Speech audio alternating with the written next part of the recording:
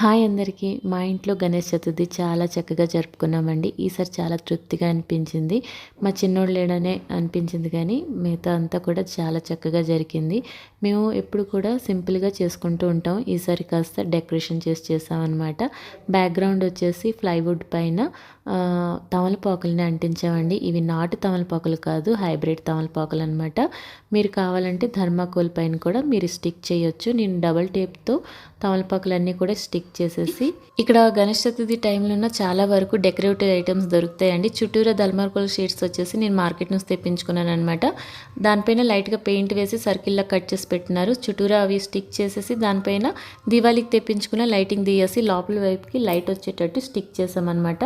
అప్పుడే తమలపాకులు మనకి చక్కగా కనిపిస్తాయి అనేసి. వినాయకుడి పక్కన మీకు ఏదైతే కనిపిస్తుందో అది గోధుమ గడ్డ అండి. అది తెచ్చేసి రెండు వైపులా పెట్టగానే లుక్ ఇంకా బాగుందన్నమాట. ముందుగా గణపతి విగ్రహాన్ని ప్రాణప్రతిష్ఠ చేసి పసుపు గణపతి పైన బిలవపత్రాలు, గరిక పూస, ఉసిరిపత్రి, పువ్వులు, అక్షతలతో నామాలతో పూజించామండి.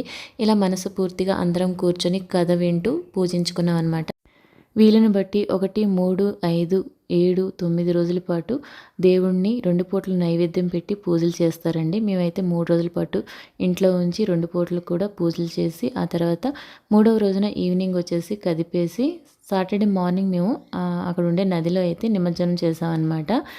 గణపతి బప్ప మోరియా మంత్రం చదువుకుంటూ చివరిగా పసుపు, కుంకుమ, పూలు, హారతి ఇచ్చి చెరువులో కానీ నది, సముద్రం ఇలా మీకు వీలును బట్టి ఆ గణేశుడి విగ్రహాన్ని నిమజ్జనం చేయాలండి. విఘ్నాలు తొలగించే విఘ్నేశ్వరుడు కష్టాల్ని తొలగించి శుభాల్ని కలిగించి తిరిగి కైలాసానికి వెళ్తాడని నమ్మకం.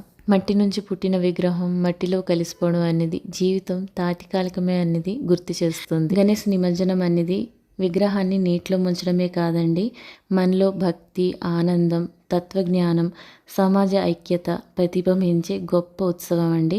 మేము మా చేతులతో విగ్రహాన్ని నిమజ్జనం చేయడం మాకు చాలా ఆనందంగా, అలానే చిన్న బాధ కూడా కలిగిందనమాట. ఎప్పుడు మేము బయటను పెట్టే విగ్రహాల దగ్గరికి ఇచ్చేస్తూ ఉంటాము. మేము స్వయంగా ఈసారి నది దగ్గరికి వెళ్ళి ఆ విఘ్నేశ్వరుడిని నిమజ్జనం చేయడం ఆ భగవంతుడు మాకు కలిగించిన అదృష్టంగా భావిస్తున్నాం. మా అన్నయ్య వాళ్ళ పిల్లలతో కలిసి వెళ్ళుంటే ఇంకా సరదాగా జరుగును. వాళ్ళకి స్కూల్ ఉండడంతో వాళ్ళు రాలేకపోయారు. మా ఇంటి గణేష్ చతుర్థి ఈ విధంగా జరిగింది.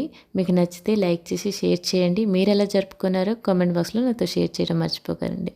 మరొక వీడియోతో మళ్ళీ కలుద్దాం. బాయ్.